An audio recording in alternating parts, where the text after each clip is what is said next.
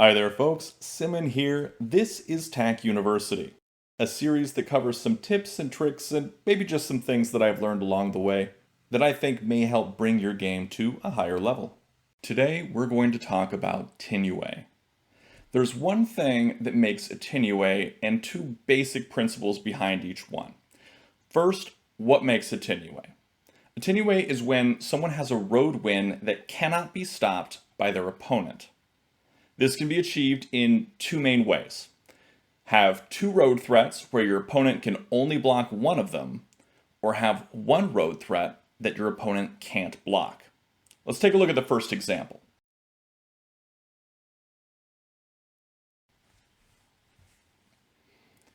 In this game here, we have a setup here for white, and let's say they drop their capstone right here. This is Tinuë, and let's talk about why. White has, from this corner, built along and down and across. So white can build a horizontal road with A3, or white can build a vertical road with C1. Black can block one of these roads, but can't block both of them at once. So if they block this, white just plays here. If they block this, white just plays here. And that's it. That's sort of the main thing that people think about most times when they're thinking about Tinuë in Tack, is coming up with this dual threat that the opponent can't block both of them. Fairly common, but there are also a number of other ways that you can build a Tinuë. And let's look into those where you only build one road threat that your opponent can't block. The first we'll look at here is this diagonal connection where black has no pieces close to this road. So white builds here. Now there's nothing black can do about this because black can only play here or here. There's no capture to be made. And so white can play in either of these two places to make that one singular road. And so this is a great example of this basic sort of pattern of how to build out these Tinuës. There's another way to do this as well in this exact same function, and that's by placing here instead. That way you've got a straight line with more than one connecting space to an edge. And so black can place here or here, but cannot place in both of them, so white's going to make a road no matter what.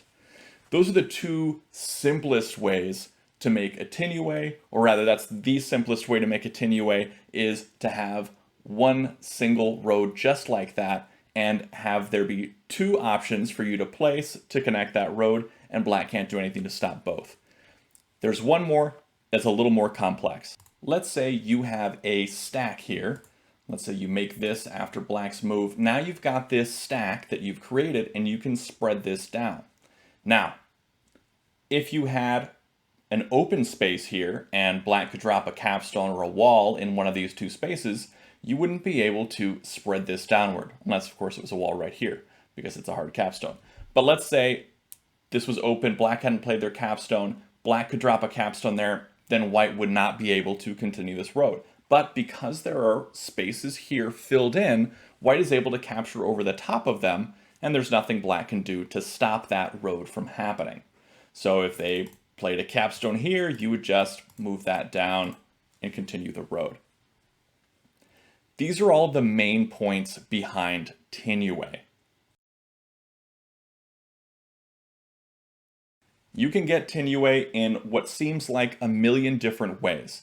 Let's take a look at a puzzle from one of our newer members of the community, Aliano2. He has made some amazing puzzles over the past couple weeks, and this is his fifth one, and it's actually the first one I've been able to solve on my own. So let's take a look at this.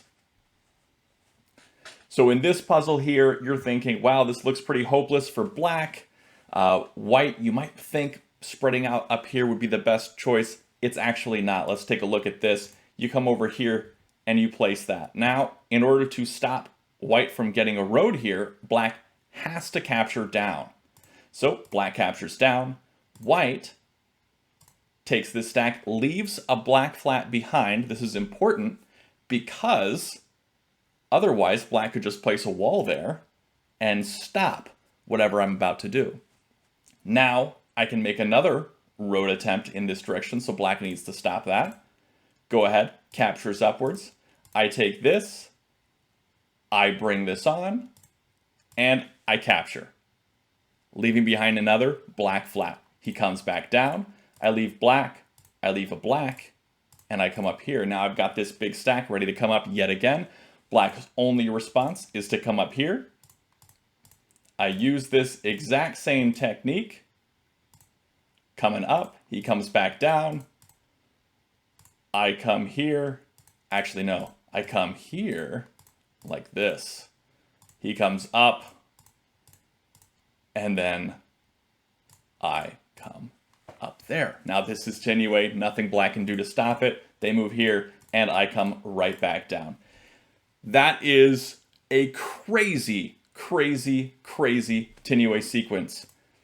This is not something that I would ever see in a game because, first of all, this sort of pattern is not one that you will see very often. It basically will never come up.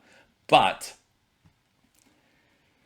wow, just the amount of moves that it takes to get there and the sort of counterintuitive moves to leave behind those different flats. It's crazy that this sort of puzzle exists. Don't expect this to be the norm. We're probably missing Tinuës all the time in all of our games because we can't see the nuance of moves like this and sequences like this. But go ahead, play some tag. Figure things out. Come up with your own moves, come up with your own strategies. Try to get Tinuë. You don't even have to get Tinuë in most games. Just need to win. That's all it takes. Get a flat win, get a road win. Have your opponent miss something because you played something extremely sneaky. Do whatever it takes. Get out there, win some games. That is all for today. Thanks for watching. Be sure to check out the description below for all things TAC, especially the Discord server, which is the community hub where you can find everything you need to know about TAC and find all sorts of people to play with online. And until next time, have a great day and happy tacking.